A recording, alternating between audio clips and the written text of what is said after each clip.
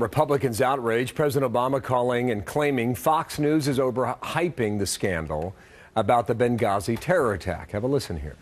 It may just be that people view this as having nothing at all to do with politics and about who we are as a country, that 4 of our fellow citizens were murdered, that we weren't prepared to provide for their security, that we didn't go help them during the siege, and then Susan Rice lied about it on 5 different Sunday talk shows. So that's Trey Gowdy from South Carolina, still demanding answers all these months later. Reaction from Armed Services Committee member Senator Kelly Ayotte. She is live on the Hill. We'll talk to her.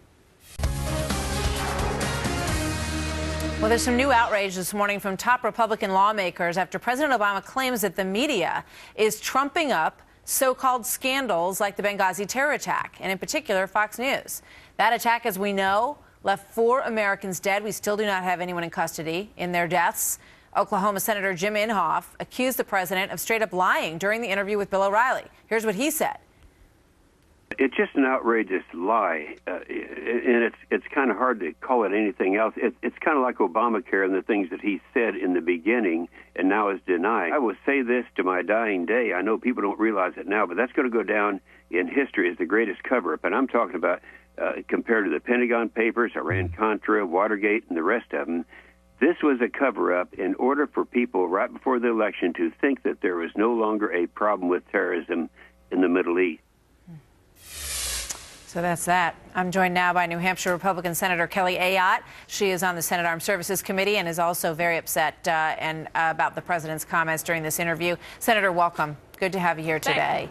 Thank you, Martha. Good to be with you. Tell me a little bit about what really jumped out at you when you were listening to this interview. Let me tell you what jumped out at me. He said to Bill O'Reilly that within a week, we told everyone it was a terrorist attack. Well, first of all, we know that right away his own Secretary of Defense knew it was a terrorist attack. Yet here we are during the context of an election. Remember the September 12th interview with 60 Minutes where he's expressly asked, you declined to call it an act of terrorism, and he said it's too soon to tell. But what's even worse, Martha, he told Bill that within a week they told everyone it was a terrorist attack. Go look back at his interview with The View on September 13th, which is almost 2 weeks later.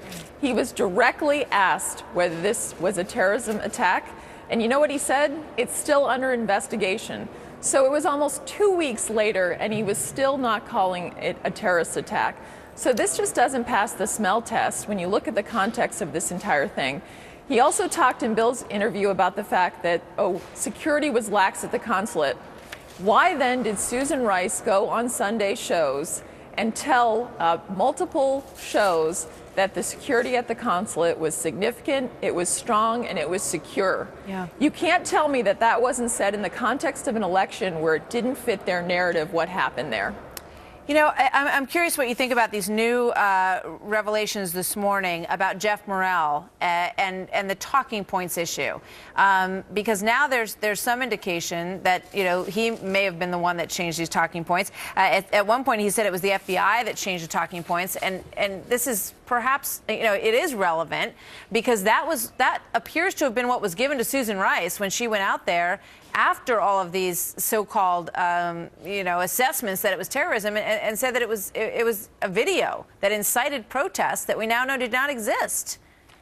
Well, this is really problematic because what I understand is that he received an email the day before that said this is not, the day before Susan Rice went on those Sunday shows, that said this is not an escalation of protests. And then we know that the references to al-Qaeda were removed from the talking points. And then what happens, lo and behold, in the context of an election where the administration is claiming that we've defeated, al-Qaeda has been decimated, Susan Rice, al-Qaeda is removed from the talking points. She goes on every Sunday show and talks about blaming this video and says al-Qaeda has been decimated. So this is really troubling. And the fact that the president subsequently, within a week after, is talking about the video, blaming the video, even though Morrell may have received information the day before that contradicted that. Yeah. I mean, you have to look at this in the context of an election because this did not fit their narrative, and that's why this was in my view, it doesn't pass the smell test that this wasn't a cover-up. You're definitely right to go back to that timeline, and we have to remember there was so much emphasis on the bin Laden raid, the success of it, the drone strikes, the fact that the president had overseen many, successful attacks on high-ranking levels of al-Qaeda, and perhaps you're pointing at exactly what the issue was that was underlying that. What do you make? By the way, go ahead, Martha. By the way, I was in that meeting when Susan Rice was with Director Morell, when he blamed the FBI for changing those talking points. And, then we call the FBI goes crazy and said, we didn't change the talking points. And so you have to wonder, particularly now that we know that he may have received that email the day before, what was going on? Yeah.